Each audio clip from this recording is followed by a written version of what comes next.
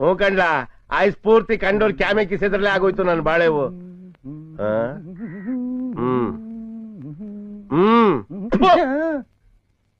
ಯಾಕೋ ಈಗ ಬಗಳು ನಾವೆಲ್ಲ ಸುಖವಾಗಿ ಸಂತೋಷವಾಗಿ ನೆಮ್ಮದಿಯಾಗಿದ್ದೀವಿ. ನೀ ಹೆಂಗಿದ್ಯಾ? ನಾವೆಲ್ಲ ಸುಖವಾಗಿ ಸಂತೋಷವಾಗಿ ನೆಮ್ಮದಿಯಾಗಿದ್ದೀವಿ. ನನ್ಗಳೆಲ್ಲ ಸಂದಾಕವ. ಏಯ್ ಮುಖ್ಯ ವಿಷಯಕ್ಕೆ ಬರಲ್ಲ ಬರ್ಕ. ಅಪ್ಪ ಹೊಲ್ದಾಗೆ ಉಳ್ಬೇಕಾದ್ರೆ ಜಾರ್ ಬಿದ್ಬಿಟ್ಟು ಸೊಂಟ ಮುರ್ಕೊಂಡ್ಬಿಟ್ಟ.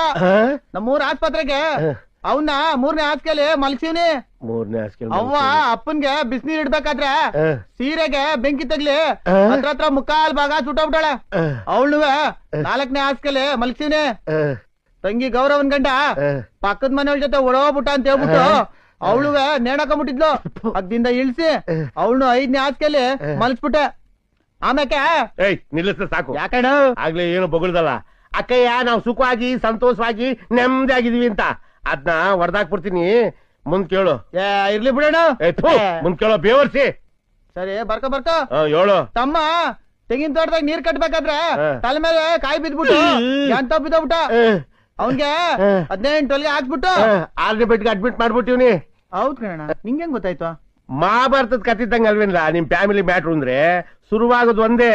ಎಂಡೇನು ಅಂತ ಹೇಳ್ಬಿಡ್ಬೋದು, ಮುಂದ್ಕೇನು ಅಂತ ಬಗಳು. ಸರಿ ಬರ್ಕ ಒತ್ತಾರನೆ ಗಂಗೆ ಒಂದ್ ಹೆಣ್ಗರಿಗೆ ಈದ್ಬಿಟ್ಲು.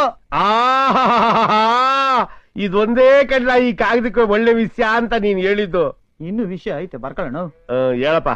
ಕರು ಹಾಕಿದ 10 ನಿಮಿಷಕ್ಕೆ ಹಸುನು ಕರುನು 2 ಸತ ಬಿಡ್ತು ಕಣಕಯ್ಯೋ. ಯಾಕೆ ಎಂತ ದರಿದ್ರ ಫ್ಯಾಮಿಲಿಂದ ನಿಮ್ ಫ್ಯಾಮಿಲಿ